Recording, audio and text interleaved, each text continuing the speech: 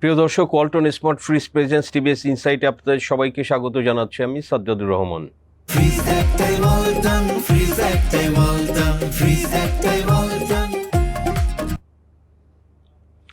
দর্শক, আমরা জানি বেক্সিমকো গ্রুপ এক সময়ের বাংলাদেশে one of the biggest business group. তারা বাংলাদেশে তাদের এখানে প্রায় 70,000 কর্মী কিন্তু এখানে চাকরি করত এবং এক সময় আমরা দেখেছি যে এবং সেটা 90s 2000 এই সময়েও যে প্রাইভেট সেক্টরে যে যারা চাকরি করতে চায় বা চাইতো, বেক্সিমকো কিন্তু one of the top choice ছিল চাকরির ক্ষেত্রে। বিকজ তুলনামূলকভাবে অনেক বিজনেস গ্রুপ থেকে কিন্তু তাদের এখানে বেনিফিটস বা আসলে গ্রো করারও একটা সুযোগ ছিল। সো বিভিন্ন কারণে Beximco was one of the top choice যারা জব সিকার্স এমপ্লয়িজ তাদের জন্য। তো সেই বেক্সিমকো আমরা জানি যে তারা এখন আসলে কর্মী ছাঁটাই করছে, তারা বেতন দিতে পারছে না এবং তারা যে রিভাইভ করবে তো সেটাও কিন্তু বিভিন্ন রকম তারা সংগ্রাম এবং চ্যালেঞ্জেসের মধ্যে দিয়ে যাচ্ছে। তো এই সংক্রান্ত ডিটেল একটি রিপোর্ট আজকে পাবলিশ হয়েছে, টিভিএসের লিড রিপোর্টটি করেছেন টিভিএসের সিনিয়র করেসপন্ডেন্ট রফিকুল ইসলাম। দর্শক, আমরা রফিকের সাথে আলোচনা করব এবং এটার বিস্তারিত আপনাদের সাথে শেয়ার করব। রফিক, স্বাগতম আপনাকে। ধন্যবাদ। প্রথমেই যদি আপনাকে বলতে চাই যে এই যে কারখানা ও কর্মীদের বর্তমান অবস্থা, ধরেন যে বেক্সিমকো শিল্প পার্কে বর্তমানে আসলে কতগুলো কারখানা আজ ছিল এবং বন্ধ রয়েছে কতগুলো, এবং সেখানে আসলে কর্মীদের বেতনের চিত্রটি আপনি কি পেয়েছেন রিপোর্টে লিখেছেন? জি, যেমনটি বলছিলেন যে বেক্সিমকো শিল্প পার্ক হলো বেক্সিমকো গ্রুপের সবচেয়ে বড় ইন্ডাস্ট্রিয়াল পার্ক এবং তাদের গার্মেন্টসের এবং টেক্সটাইলের যতগুলো ফ্যাক্টরি সব ওই ইন্ডাস্ট্রিয়াল পার্কের মধ্যে অবস্থিত। আমি যতটুকু জেনেছি তাদের সাথে কথা বললে ওখানে 15 থেকে 16টির মতো গার্মেন্টস ছিল যেগুলো বেক্সিমকো লিমিটেডের আওতায় পরিচালিত হতো।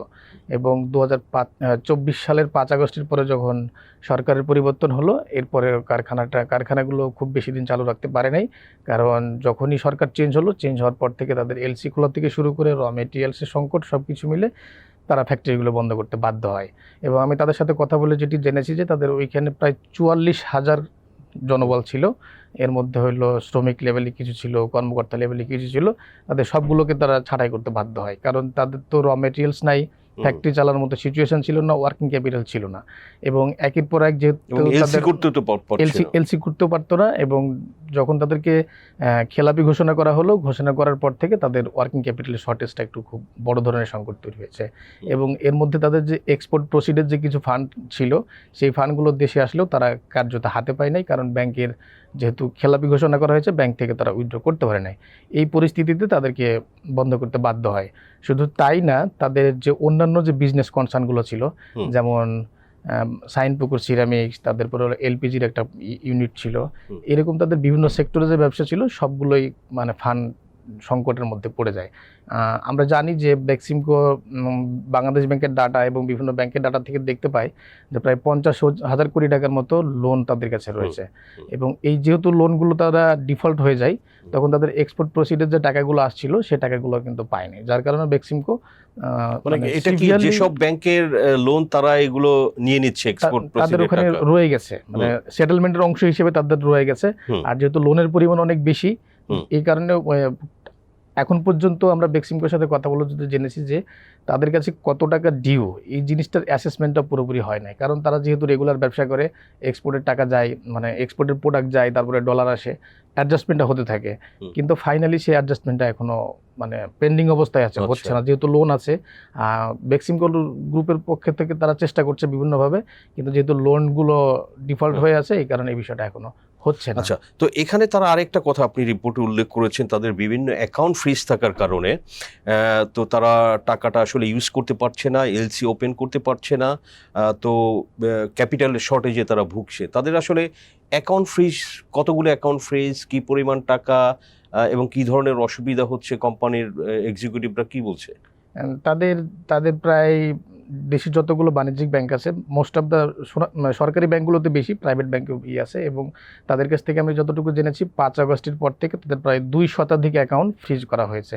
প্রথমত হলো বাংলাদেশ ব্যাংকের যে একটা উইং আছে, বিএফআই ওর নির্দেশে 6 মাসের জন্য বন্ধ করা হয়েছিল, পরবর্তী সেটা কয়েক দফা বাড়ানো হয়েছে। এবং হলো বেক্সিমকো গ্রুপের কর্মকর্তাদের যে বক্তব্য, সেটা হচ্ছে যে বিএফআইইউ একটা ইন্টারিম পিরিয়ডের জন্য বন্ধ করতে পারে। দীর্ঘমেয়াদে যদি কোনো বন্ধ করতে হয় তাদের এগেইনস্টে মামলা করে তারপরে সেগুলোকে আদালতের নির্দেশে বন্ধ করতে হবে। যেহেতু BFIUর যে ইন্টারিম ক্লোজার ছিল সেটার পরে দুদকের মাধ্যমে তাদের বিরুদ্ধে মামলা করা হয়। মামলার প্রেক্ষিতে সেই অ্যাকাউন্টগুলো এখন পর্যন্ত বন্ধ করা হয়েছে। আমি তাদের কাছে জানতে চেয়েছিলাম যে আপনাদের এই অ্যাকাউন্টগুলোতে কী পরিমাণ টাকা আছে। তারা এখন যে ধরেন মান্থলি তাদের যে স্যালারি পেমেন্টের ক্ষেত্রে যে জটিলতা তৈরি হচ্ছে, তারা বলছে যে তাদের কিছু কিছু অ্যাকাউন্টে অনেক টাকা আছে। তার মধ্যে কিছু টাকা আছে ধরেন যে শেয়ার মার্কেটের কোনো কোম্পানির শেয়ার ধারণ করেছিল, সেই শেয়ারের অংশ হিসেবে তাদের ওখান থেকে ডিভিডেন্ড আসে, তাদের ইনভেস্টমেন্ট আসে, সে বিক্রি করতে গেলে তারা কয়েকশো কোটি টাকা পাবে, কিন্তু তারা সেই অ্যাকাউন্টগুলো থেকে কিন্তু টাকা উইথড্র করতে পারছে না। পাশাপাশি তাদের হলো ট্রেড এক্সিকিউশনের জন্য যে তাদের অ্যাকাউন্টগুলো আছে, ফরেন রেমিটেন্স আসে বা এক্সপোর্টের এগেইনস্টে যে টাকাগুলো আছে, এগুলোতেও তাদের অনেক টাকা আছে, কিন্তু যেহেতু অ্যাকাউন্ট থেকে ডেবিট নিষেধ করা হয়েছে, যার কারণে টাকা তুলতে পারতেছে না। এখন তুলতে না পারার কারণে তাদের যে টোটাল জনবল ছিল 44,000, তো তাদেরকে ছাঁটাই করা হয়েছে। পাশাপাশি তাদের যে বেল টাওয়ার, তাদের যে কর্পোরেট অফিস, হেড অফিস, সেখানে প্রায় তাদের কয়েক হাজার, এক্সাক্ট সংখ্যাটা আমাকে বলে নাই, কয়েক হাজার মানে এক্সিকিউটিভ লেভেলের ছিল, যারা হলো তাদের বিজনেসগুলোকে ওভারসি করতে এখান থেকে তাদের বেতনটাও দিতে পারছে না। কতদিন দিতে পারছে না? প্রায় টোটাল 5 আগস্টের পর থেকে প্রায় 2 বছর অতিবাহিত হয়েছে। তাদের অ্যাজাম্পশন অনুযায়ী প্রায় 12 মাসের মধ্যে ডিউ হয়ে গেছে। এই ব্যাপারে আপনি তো এমডির সঙ্গে কথা বলেছেন, জি। উনি কি বলেছেন? উনি যেটা বলেছেন, উনি নিজেও বলছেন যে আমরা টাকা দিতে পারছি না, আমরা যেহেতু 12 মাসের একটা ডিউ হয়ে গেছে, আমরা কোনো মাসের 40% দিচ্ছি, এবং তারা একটা জেনারেল ডিক্লারেশনে দিচ্ছে যে আমরা এখন টাকা দিতে পারছি না, আমরা হয়তো 50% দিতে পারতেছি বা 30% দিতে পারতেছি, এই টাকা নিয়ে তোমরা কেউ থাকবা কি থাকবে না। তো তাদের এক্সিকিউটিভ লেভেলে যেগুলো ধরেন যে 20 থেকে 25 বছর বা 30 বছর চাকরি করছে, তারা অল্টারনেটিভ কোনো জায়গায় যায় নাই, কিন্তু তরুণ যেগুলো ঢুকছিল মিডিল এজের, তারা হলো বিভিন্ন জায়গায় চাকরি সুইচ করেছে এবং হলো তারা ওই জায়গায় চলে গেছে, যার কারণে তাদের ম্যান পাওয়ারের এখানে ঘাটতি হয়েছে। আর যেহেতু এখন তাদের বিজনেসগুলো এখন রানিং নাই, কাজে তাদের ম্যান পাওয়ার অত বেশি দরকারও হচ্ছে না। এখন তাদের মোটা দাগে প্রায় 1,500 থেকে 2,000-এর মতো কর্মী আছে। এর মধ্যে ম্যাক্সিমামটাই হলো তাদের অ্যাসেটগুলো পাহারা দেওয়ার জন্য। যেমন ইন্ডাস্ট্রিয়াল শিল্প পার্কটা এত বড় একটা জায়গা, এটা পাহারা দেওয়ার জন্য কয়েক হাজার মানে শ্রমিক লেভেল আছে যারা হলো এইগুলো দেখে, এবং হলো মেশিনারিজগুলো মেইনটেনেন্স করার জন্য তারা কিছু লোক রেখেছে। বেক্সিমকো গ্রুপের যিনি এমডি, উনি আমাকে বলছিলেন যে আমাদের কিছু মেশিন আছে যেগুলো প্রতি মাসে একবার করে মোবিল চেঞ্জ না করলে হয় না, বা সেগুলোতে তেল না দিলে আমাদের নষ্ট হয়ে যাওয়ার সম্ভাবনা থাকে। এই মেইনটেনেন্স করার জন্য প্রায় তাদের কয়েক হাজার কর্মী রাখা আছে অ্যাসেটগুলো পাহারা দেওয়ার জন্য। এবং বেক্সিমকোতে একটা সুনাম ছিল যে ওরা ফ্যাক্টরিগুলো করে খুব মানে কোয়ালিটি মেশিন বা সব কিছু ধরেন যে কোয়ালিটি সেটা দামি হলেও তারা এগুলো করতো। এবং বেক্সিমকো টেক্সটাইলে আপনি যেটা বললেন 15-16টা ফ্যাক্টরি, এরা কিন্তু সবই আসলে সবসময় খুব ফুল আপনার অর্ডারের উপরে তারা থাকতো, তাদের অর্ডার শর্টেজ এই জিনিসগুলো হতো না। আচ্ছা রফিক, রিপোর্টে আমরা জানি যে বেক্সিমকো একটা সময় ইন্টারিমের সময় তারা রিভাইভ করার চেষ্টা করেছিল, জাপানিজ একটা কোম্পানি, তারা ইন্টারেস্ট দেখিয়েছিল, তো তারপরে আসলে এগুলো হলো না কেন, বা এটার কি আর কোনো প্রোগ্রেস আছে? বেক্সিমকো আপনি এমডি কি বলছে, হোয়াট আর দে ট্রাইং, তারা কি চেষ্টা করছে যে এটা রিভাইভ করা? এখন তো নির্বাচিত সরকার, তারা কি কোনো কিছু এইসব বিষয়ে কোনো লেভেলে আলোচনা কিছু হচ্ছে? যে এই বিষয়ে তাদের সাথে আলোচনা আমারও হয়েছে, এবং তারা হলো চেষ্টা করছে। এবং হলো আপনি যে রিভাইভালের কথা বলছিলেন, তারা জাপানি যে প্রতিষ্ঠানটা তাদেরকে রিভাইভালে যে টাকা ইনভেস্ট করার এখানে কথা বলা হয়েছে, তাদের বিষয়ে তারা যেটা বলছেন যে এই প্রতিষ্ঠানটার উদ্দেশ্যই হলো মানে এই টাইপের যে কোনো জায়গায় একটা বড় গ্রুপ বিপদে পড়ে গেছে, তাদেরকে ফান্ড দিয়ে সাপোর্ট করা, একটা পর্যায়ে এক্সিট করা যায়। আমরা যেমন বিভিন্ন পুল ফান্ড দেখি বা অল্টারনেটিভ ইনভেস্টমেন্ট দেখি, তাদের ফান্ডের সাইজটা ঠিক এইরকমই, এবং তাদের নামও তো রিভাইভাল। হ্যাঁ, তাদের নেচারটা এইরকম, তারা বিশ্বের বিভিন্ন দেশে এরকম ভাবে কাজ করে। এবং হলো টাকাটা তারা যেভাবে পুল করে, তিনি আমাকে যেটা জানিয়েছেন সেটা হলো প্রবাসী যে তাদের যে কানেক্টেড যে কিছু প্রবাসী হাই নেট ওর্থ ইন্ডিভিজুয়াল আছে, তাদের কাছ থেকে তারা টাকা কালেক্ট করে একটা পুল ফান্ড করে। সেই পুল ফান্ডটা ওই যে গ্রুপটা বিপদে পড়েছে বা কোম্পানি পড়েছে সেখানে গিয়ে ইনভেস্ট করে, এবং হলো একটা পর্যায়ে গিয়ে তারা যখন মনে করে যে গ্রুপটা দাঁড়ায় গেছে, তখন সেখান থেকে হলো যেটা হলো না হওয়ার পিছনে সেটা আমরা একাধিকবার রিপোর্ট করেছি, যেটা হচ্ছে তারা আসতেছে, এবং হলো যেটা হয় নাই না হওয়ার পিছনে আমাকে বেক্সিমকোর যে এমডি সেটা যেটা জানিয়েছেন, সব কিছুই ঠিকঠাক ছিল, ঠিক চুক্তি হওয়ার 2 দিন আগে, মানে চুক্তিতে কি কি থাকবে এরকম কাগজপত্র সব কিছু রেডি হয়ে যাওয়ার পরেও যেদিন সাইন করবে ঠিক তার 2 থেকে 3 দিন আগে চিফ অ্যাডভাইজারের অফিসে একটা মিটিং হয়েছিল। এখানে জনতা ব্যাংক একটা পার্টনার হওয়ার কথা ছিল, যে ইনভেস্টমেন্টটা আসবে জনতা ব্যাংকের মাধ্যমে একটা কোলাবোরেশন করে যে এক্সপোর্ট প্রসিডগুলো জনতা ব্যাংকে আলাদা অ্যাকাউন্টে থাকবে, এই ধরনের একটা মেকানিজম ছিল। তো জনতা ব্যাংকের এমডিকে ডেকে এবং হইলো সরকারের যে ঊর্ধ্বতন কর্মকর্তারা ছিলেন তারা ডেকে একটা সিদ্ধান্ত নিয়েছেন যে এটা হবে না। কেন হবে না, কেন না হওয়ার পিছনে যে কারণটা ব্যাখ্যা করেছেন যে যেই প্রতিষ্ঠানটা এখানে ইনভেস্ট করতে আসছে তার স্থায়ী কোনো ঠিকানা নেই। আচ্ছা। এবং জাপানের কোম্পানি বলছে, কিন্তু জাপানে আসলে স্পেসিফিক ওদের কোনো ঠিকানা নাকি সরকারের পক্ষ থেকে কোথা থেকে খুঁজে পাওয়া যায় না। তাই কাজে তারা এই যে ইনভেস্টমেন্টটাকে একটা সাসপিশিয়াস মনে করছে। তো ঠিক চুক্তি হওয়ার একদিন আগেই ওকে চৌধুরী আমাকে এমনটাই বলছিলেন যে আমরা এতটাই আশা করেছিলাম যে একটা দীর্ঘদিন পর আবার আমাদের ফ্যাক্টরিটা চালু হচ্ছে, কিন্তু যখন আমি শুনলাম যে এটা হচ্ছে না এবং চিফ অ্যাডভাইজার অফিস থেকে বলে দেওয়া হলো যে এটা হবে না, তখন উনি খুব ভেঙে পড়েছেন। যদি এটা সাসপিশিয়াস হয় যে এই কোম্পানির ওইরকম ট্রেস করা যায় না, বিষয়টা কি আসলে তাই? এরকম না, ওকে চৌধুরী আমাকে ঠিক এটাই বলছে যে একটা পুল ফান্ড, যারা হলো এনআরবিদের কাছ থেকে ফান্ড কালেক্ট করে এই ধরনের সংকটাপন্ন কোনো কোম্পানিতে ইনভেস্ট করে, কাজে ওর তো স্থায়ী অফিসের কোনো বিষয় না। কোনো একজন উদ্যোগ নিয়েছেন যে ভাই চলেন আমরা ওই গ্রুপটাকে উদ্ধার করি, আমাদের টাকা লাগবে, টাকা তার অলরেডি কালেক্টও করেছিলেন। কাজে ওর স্পেসিফিক তার লোকেশন থাকবে কি থাকবে না এই বিষয়টা নিয়ে তারাও খুব হতাশ ছিল। এবং হলো যিনি আরেকটা খুব মজার ইনফরমেশন আমাকে জানিয়েছেন, ওই সময় যিনি শ্রমিকদের স্বার্থ দেখভাল করার জন্য একজন উপদেষ্টা ছিলেন, তিনিও বিষয়টা জানতেন না যে এই চুক্তিটা ক্যান্সেল করা হয়েছে। তো ওকে চৌধুরী আমাকে বলছিলেন, ওই যে ব্রিগেডিয়ার সাখাওয়াত হোসেন উনিও জানতেন না। তো আমাকে ওকে চৌধুরী বলছিলেন যে যখন চুক্তিটা ক্যান্সেল হয়ে গেল, হওয়ার পরে যখন আমরা সাখাওয়াত সাহেবের সাথে দেখা করতে গেলাম, আমাদেরকে জিজ্ঞেস করছে যে ওকে চৌধুরী সাহেব আপনারা কি রেডি কিনা, এরকম একটা বড় ডিল হয়ে যাচ্ছে, আপনাদের ফ্যাক্টরি চালু হচ্ছে। তো ওকে চৌধুরী রিপ্লাই করছে যে স্যার ওটা তো হয় নাই। তো উপদেষ্টা বলছে যে হয় নাই, উনিও জানেন না, যিনি হলো বেক্সিমকোর সাথে কোলাবোরেট করছে এটাকে চালু করার জন্য বা রিভাইভালের সাথে মিটিং করছেন একাধিকবার হয় নাই। তো বেসিক্যালি চিফ অ্যাডভাইজার অফিস থেকে নাকি এই কিন্তু আপনি কি এক্ষেত্রে কি এই যে ওকে চৌধুরী, ওসমান কায়সার চৌধুরী বেক্সিমকো গ্রুপের এমডি যে দাবিটা করছেন যে কি কারণে হয় না, ওই সময় ইন্টারিম গভর্নমেন্টের রোল নিয়ে উনি প্রশ্ন তুলছেন, এবং ব্রিগেডিয়ার জেনারেল সাখাওয়াত সাহেব যেটা বলছেন, আপনি কি সাখাওয়াত সাহেবের সাথে যোগাযোগের চেষ্টা করেছিলেন? আমি ওনাকে পাই নাই, চেষ্টা করি নাই।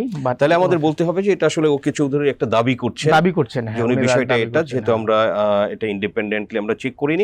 আচ্ছা, আপনার রিপোর্টে আরেকটা পার্ট আছে যে বেক্সিমকোর এত চ্যালেঞ্জেসের মধ্যেও ওর কিছু কোম্পানি তারা পারফর্ম করছে এবং মোটামুটি একটা রেগুলার লেভেলে। তারা কারা এবং কি ধরনের তাদের পারফরমেন্স সংক্ষেপে? বেক্সিমকো ফার্মার অপারেশন কোনোভাবেই হ্যাম্পার হয় নাই। সরকার পরিবর্তন হয়েছে, তারপরে সবকিছু হয়েছে, কিন্তু আমাদের লেটেস্ট ফাইন্যান্সিয়াল স্টেটমেন্ট দেখেছি তার প্রফিট এবং বিজনেসের গ্রোথ কিন্তু কন্টিনিউ রয়েছে। এবং হলো বেক্সিমকো আমরা জিজ্ঞাসা করেছিলাম যে এতগুলো কনসার্ন আপনাদের হয়ে গেল, বন্ধ হয়ে গেল, তাহলে বেক্সিমকোটা কীভাবে চলছে? তো ওনারা যেটা বলছেন যে আমরা বেক্সিমকো ফার্মাকে আলাদাভাবেই, এটা যেহেতু লিস্টেড কোম্পানি এবং এটা বাইরেও একটা স্টক এক্সচেঞ্জে লিস্টেড আছে, যার কারণে এটার কমপ্লায়েন্স এবং সুপারভিশনটা গ্রুপের পক্ষ থেকে আগের থেকেও একটা আলাদা ট্রিটমেন্টের মধ্যে চলার কারণে এটার প্রতি হ্যাম্পার হয় নাই।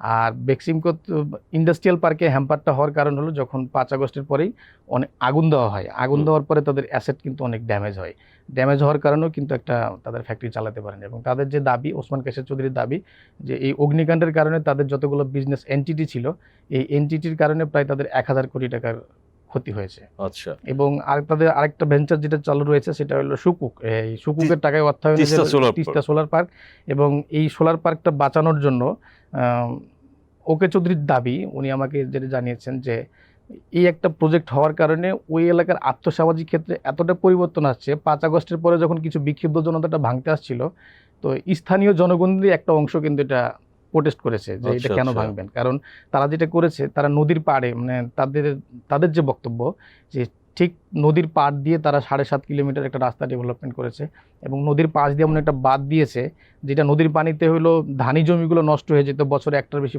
ফসল হতো না, এখন ওখানে তিনটা ফসল হয়। কাজে যদি এটা ভেঙে বা নষ্ট করে দেওয়া হয় তাহলে সেগুলো রক্ষণাবেক্ষণও তো কেউ করবে না। এই কারণে স্থানীয় জনগণও কিন্তু সেই প্রজেক্টটাকে রক্ষা করেছে। এবং আমরা এখন পর্যন্ত দেখছি যে প্রতি মাসে কিন্তু সেই তিস্তা সোলার থেকে কিন্তু 50 কোটি টাকা করে ইনকাম হচ্ছে সরকার জাতীয় গ্রিডে। Okay good.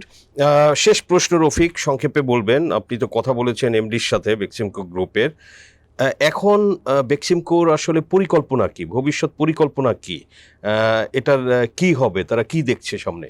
তারা তাদের যেটা প্ল্যান হচ্ছে, যেহেতু নির্বাচিত ইন্টারিম সরকারের সময় তারা সেভাবে খুব বেশি ভালো সহযোগিতা পায় নাই, নির্বাচিত সরকার এসেছে, তাদের কাছ থেকে তারা সহযোগিতা প্রত্যাশা করছে। সরকারের মানে বিভিন্ন দপ্তরের সাথে তাদের যে লিঙ্কেজ, ব্যবসা প্রতিষ্ঠান চালু করার জন্য, ফাইন্যান্সিংয়ের জন্য তারা বিভিন্ন দপ্তরে একাধিকবার মিটিং করেছে। তাদের বক্তব্য হচ্ছে যে আমরা বিভিন্ন জায়গা থেকে আশ্বাস পাচ্ছি, কিন্তু যেহেতু আমাদের লোন সংক্রান্ত কিছু জটিলতা রয়ে গেছে, নতুন করে ফাইন্যান্সিং পাওয়ার ক্ষেত্রে ব্যাংক থেকে জটিলতা তৈরি হচ্ছে, এবং যেহেতু ব্যাংক অ্যাকাউন্টগুলো ফ্রিজ করা, কাজে নতুন করে ব্যাংক থেকে ফাইন্যান্সিং নিয়ে চালু করার বিষয়টা হবে না, তাদের মতামত।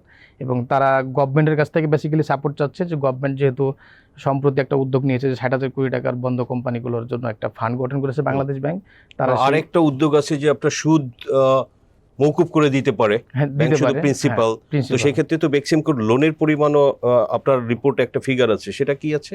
সেটা ফিগারটা আছে, তারা যেটা বলছে যে বেক্সিমকো লিমিটেডের নামে যে প্রায় 30,000 বা 33,000 কোটি টাকা লোনের কথা বলা হয়, কাজে সেগুলো অতটুকু হবে না। বেক্সিমকোর নামে সর্বোচ্চ লিমিটেডের নামে থাকতে পারে হয়তো 13,000 কোটি টাকা, আর গ্রুপের অন্যান্য কনসার্নগুলো মিলে হয়তো আরও 10,000 কোটি টাকার মতো লোন হতে পারে। টোটাল তাদের বক্তব্য অনুযায়ী প্রায় 23,000 কোটি টাকার লোন হতে পারে। তো বাকিগুলো কি আপনার সুদ, ইন্টারেস্ট? বাকিগুলার এই 23,000 কোটি টাকার ভিতরে একটা বড় অংশের একটা বলতেছে তাদের ইন্টারেস্ট আছে এটার মধ্যে 40%। আর বাংলাদেশ ব্যাংকের ডাটা অনুযায়ী যেটা আমরা দেখতে পাচ্ছি যে 50,000 কোটি টাকার মতো লোন। ওরা বলছে যে আমাদের কিছু কোম্পানি না, বা আমাদের সাথে বিজনেস রিলেশন আছে এরকম কিছু প্রতিষ্ঠানকে আমাদের সাথে জড়াই দিয়ে লোনের ফিগারটা বাড়িয়ে দেওয়া হয়েছে। এটা তাদের বক্তব্য।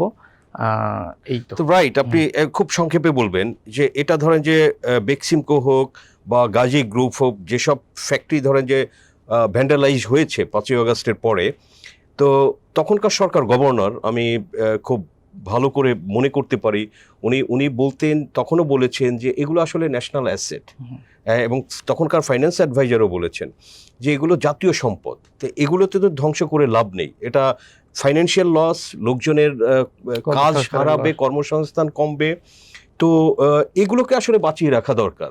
এটার মালিকরা যদি কোনো কিছু অন্যায় করে সেটা আইন অনুযায়ী পানিশমেন্ট হবে। তো আপনার সেটাই তো মনে করেন যে নির্বাচিত সরকার আসছে, তারা এই বিষয়গুলো দেখা উচিত, তারা সেটাই বলছে যে আসলে আমাদের যে ফ্যাক্টরি, এবং হলো তারা আমাকে নাম বলে নাই, বাট হলো তারা বলছেন যে আমাদেরকে সরকারের সঙ্গে আমরা বিভিন্ন দপ্তরে যোগাযোগ করেছি, আমাদেরকে বলছে যে তাদেরকে বলা হয়েছে যে যেহেতু আপনাদের কিছু ফান্ড থাকে তাহলে আপনারা ম্যানেজ করেন, আমরা কিছু টাকা সাপোর্ট দিয়ে আপনাদের ফ্যাক্টরিগুলো চালু করতে পারি। সেই ক্ষেত্রে তারা যেটা উদ্যোগ নিচ্ছে যে তাদের কাছে অব্যবহৃত কিছু ল্যান্ড রয়ে গেছে, যেগুলো হলো কোনো জায়গায় মর্গেজ করা হয় নাই, বা এরকম কিছু তাদের আইডল অ্যাসেট পড়ে আছে, এই অ্যাসেটগুলো বিক্রি করে তারা ফান্ডের কিছু ব্যবস্থা করার চেষ্টা করছে।